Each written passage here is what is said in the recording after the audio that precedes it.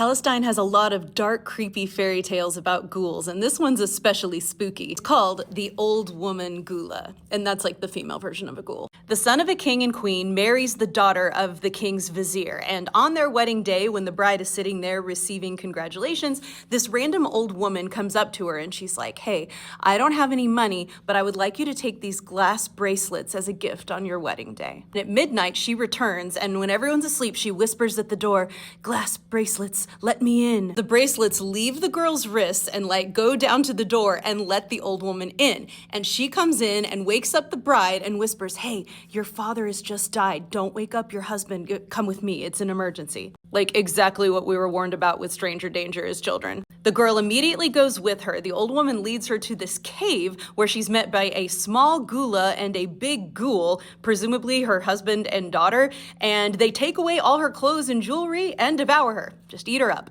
When the king's son wakes up in the morning and his wife is gone, his first reaction is anger. He's like, "I think the vizier stole his daughter back." And the king's like, "Did you?" And the vizier's like, "No." So one of the other ministers is like, here, you can have my daughter, just calm down. So he marries a new girl the next day. And at that wedding, the old woman comes back, this time dressed in green, and she gives her this green bead and says, "Will you take this? It'll protect you from the evil eye." Old woman comes back at midnight, the bead lets her in the door. She goes with her, she gets devoured. Another minister says, "You can have my daughter." He gets married again, and this time when the old woman comes, she brings a citron, which is like a lemon. She gives it to the girl, and the difference with this girl is she mentions this to her husband. She's like, "Look at this citron this old woman gave me." And he immediately says, "That woman's a ghoul. I know exactly what's been going on now." So he immediately stabs the citron. I'm not sure why, except maybe that he's mad, because later when the old woman comes back and she's like, "Citron, let me in," it's like, "How can I with a knife in my heart?" And then the husband just pulls it out and lets it let her in. He pretends to be asleep. The wife goes with her because he's got soldiers ready to follow her to her cave. Soldiers sees her, and the first thing they do is take a dagger and rip open her dress, and they find out that she's a donkey from the waist down. They shove her into the cave. The guards and the men who had also had their daughters murdered all go in, and they just murder all three ghouls. They slit open their bellies, and you'd think that maybe they were gonna get their daughters back out and alive. No, not in this story. They take all of the gold and jewels that got stolen, and they get those back.